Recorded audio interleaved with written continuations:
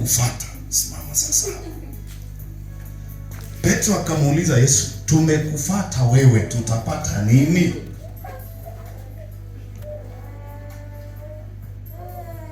Unafikiri unamfuata Mungu, hakuna kitu una gaini?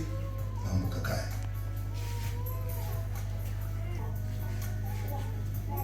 Yesu aliulizwa swali hilo. Jibu la Yesu lina motivate kumfuata. Akasema hivi, aliyenifuata mimi, si amekubali kuacha yote, ananifuata kila ninakoenda, kama alivyokuwa ananifuata Chazi hapa.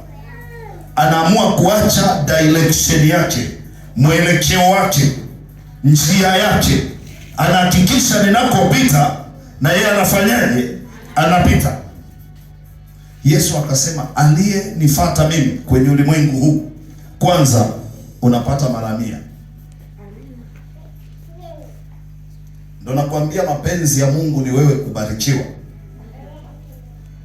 Kama una akili inakubali au inakataa, ni wewe sasa utakuwa upande unaokubali. Akasema mara 100, kisha uzima wa milele. Kwa uzima wa milele ni baadaye.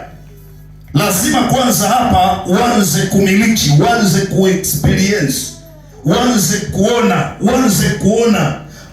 Hatumfuati Yesu tu kwa ajili ya kuponywa magonjwa.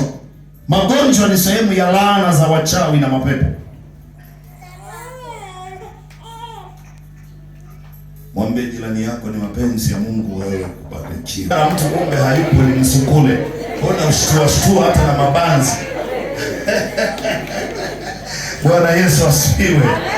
Hata kama unaenda kwenye biashara kuanzia leo, uende kwenye ufahamu wako unaelewa ni mapenzi ya Mungu kufanya nini? Unaenda machimboni, ukitoka hapa